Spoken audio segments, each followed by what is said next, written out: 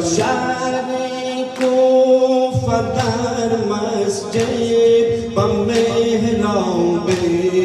دعای روز علی جانم علی جانم علی جانم علی جانم علی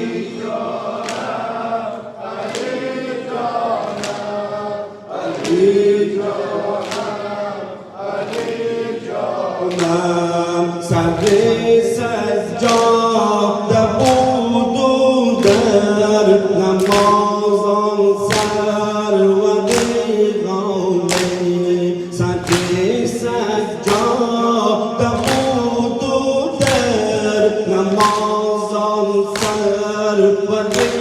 غامه هزاران مرد و زن بر او نمودن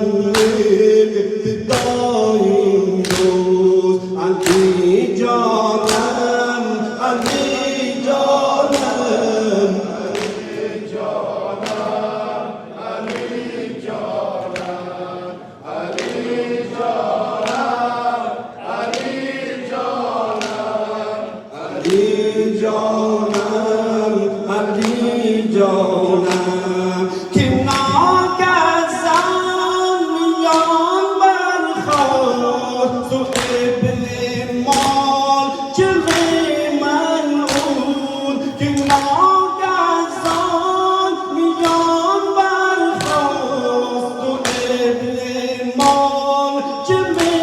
ملعون حوالت کرد تو شمشیری با فرق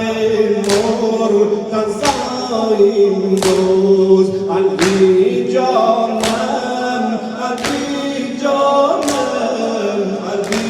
جانم علی جانم